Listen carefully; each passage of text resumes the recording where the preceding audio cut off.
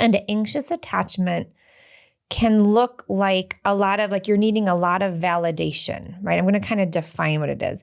It's an attachment that involves a strong need for validation. There's a fear of abandonment. Individuals with anxious attachments may experience emotional highs and lows, jealousy, intense sexual attraction. Conflict can be very distressing for them because it triggers fear that they might lose their partner. And you'll see a lot of people who are anxiously attached have codependency, poor boundaries, and just high levels of insecurity and a poor sense of self. I mean, one defining factor, I think, sometimes for anxious attached individuals as well, in the context of couples counseling, is they're often the one who's like, there's something wrong in our relationship. Mm-hmm. You know, they're the ones who are going to first identify, become anxious about any disruption within their relationship, you know. Well, yeah. And they're the ones that get everyone into couples counseling. So thank you, anxiously attached individuals. It feels so uncomfortable, right? That constant need of validation or feeling like it's going to go away. And all insecure attachments create a lot of suffering in very different ways. But what we want to kind of do here is define it. So we just defined what anxious attachment is. And then I want to look at how it presents itself in childhood, right? Which then carries on through into our adult intimate relationships. How it presents in childhood or how it's formed in childhood? Help me understand that. It's actually kind of both. Kind of both. So thank you for clarifying. Yeah. But so it's formed through inconsistent parenting patterns, right? So maybe you get support and like attunement sometimes from your caregiver, and at other times there's misattunement and disengagement. I think of children who have caregivers who might struggle with substance abuse, right? Where maybe at times they're like being really loving and caring and tuning into their child's needs, but maybe when they're, intoxicated, they're not able to do that, or they're sleeping, they're passed out. I mean, there's many different, caregivers that struggle with mental illness, anxiety, depression, trauma, right? Maybe they're engaged, but then at times they're disengaged. And so it's just this pattern of inconsistent parenting, which leaves the child very confused and anxious because it's like, and again, infants and children don't think this, but it's like, wow, well, sometimes my needs are being taken care of and sometimes it's not, and it's really uncomfortable. So there's this level of mistrust that happens. And so there's these mixed signals with parents' behaviors, and they feel confusing.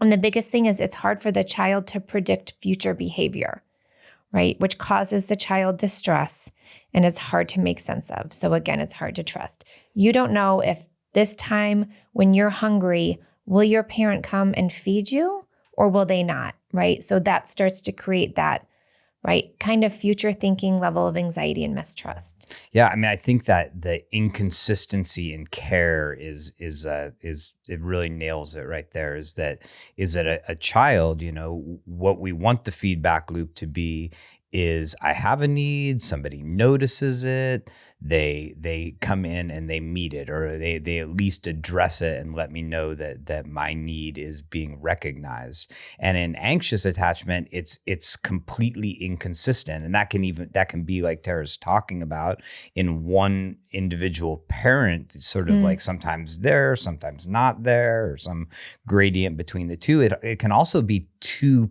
parents who are really different, that there's one that's like highly attuned and then there's one who's not as well, and especially that in younger age when we can't make any sense of it. I mean, that's when it's most impactful upon an individual, is when they're very young and they have no cognitive ability to understand why their needs are being inconsistently met. It's our first form of attachment. So yes, like the learning piece of it is huge for our nervous system development.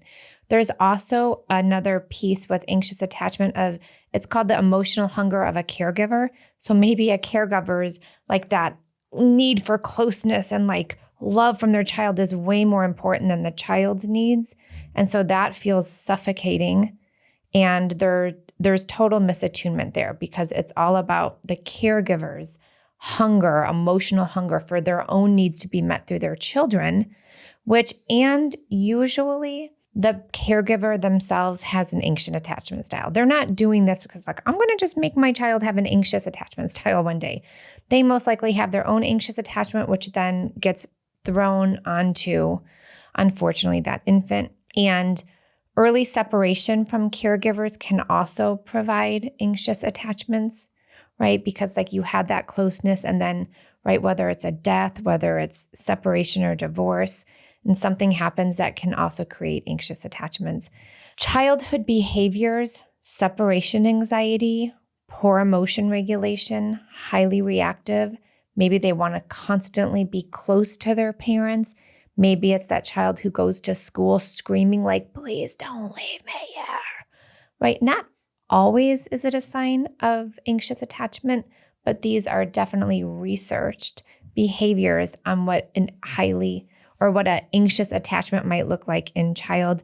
And then the child grows up, this is important, right? Because of the mistrust and because of the inconsistent parenting, the child grows up believing that their needs are only important to others when it's convenient.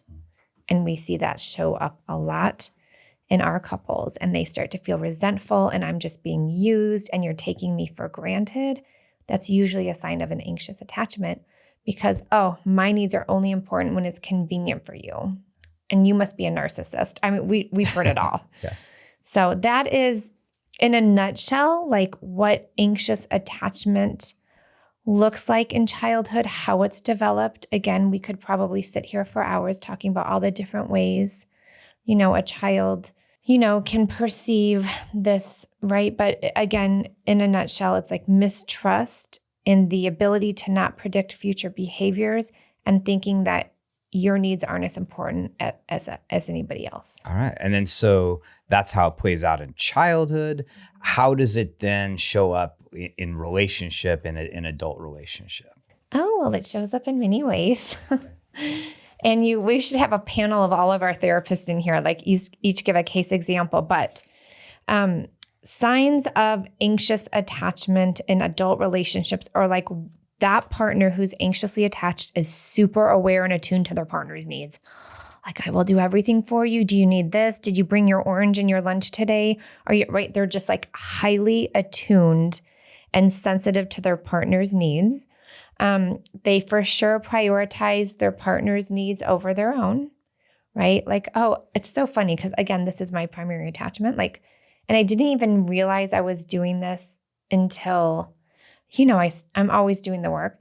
I would always fold my laundry last and put it away last if it even needed, but I would make sure that everybody else's laundry was put away first and mine wasn't important.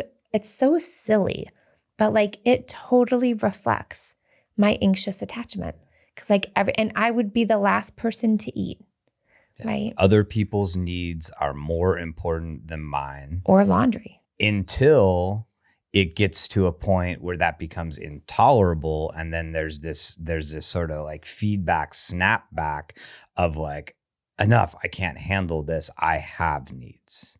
So continuing on what it looks like if you are an anxious partner in an adult relationship. And again, most likely your partner is a totally different attachment type. You might both be anxiously attached. Love and affection are given conditionally because that's what happened for you. So if you please me or if you take me on a date, then I'm going to love you back. But there's not this unconditional flowing spontaneous acts of love or affection. There's the seeking validation and insurance. This is a big one, that you are loved, worthy, and good enough. It's constant are you sure you love me? You do love me? Do I look okay today? It's a constant seeking of validation that you are valued, that you are okay, that you are worthy.